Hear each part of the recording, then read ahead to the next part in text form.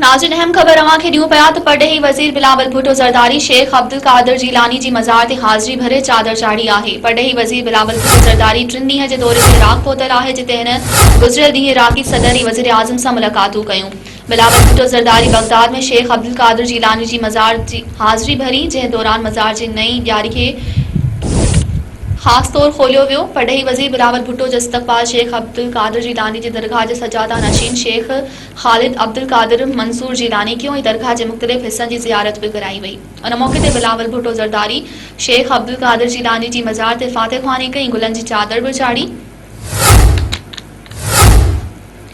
नाज़रीन, हिकु भेरो ॿीहर अहम ख़बर ॾियूं पिया त परॾेही वज़ीर बिलावल भुट्टो ज़रदारी शेख अब्दुल कादिर जीलानी जी मज़ार ते हाज़िरी भरी चादर चाढ़ी आहे। परॾेही वज़ीर बिलावल भुट्टो ज़रदारी 3 ॾींहं जे दौरे ते इराक़ पहुतल आहे, जिते हिन गुज़िरियल ॾींहुं इराक़ी सदर ऐं वज़ीर आज़म सां मुलाक़ातूं कयूं। बिलावल भुट्टो ज़रदारी बगदाद में शेख अब्दुल कादिर जीलानी जी मज़ार जी हाज़िरी भरी, जंहिं दौरान मज़ार जी नई ॾियारी खे खोलियो वियो। परॾेही वज़ीर बिलावल भुट्टो जो इस्तक़बाल शेख अब्दुल कादिर जीलानी जी दरगाह जे सजादा नशीन शेख ख़ालिद अब्दुल कादिर मंसूर जीलानी कयो ऐं दरगाह जे मुख़्तलिफ़ हिस्सनि जी ज़ियारत बि कराई वई।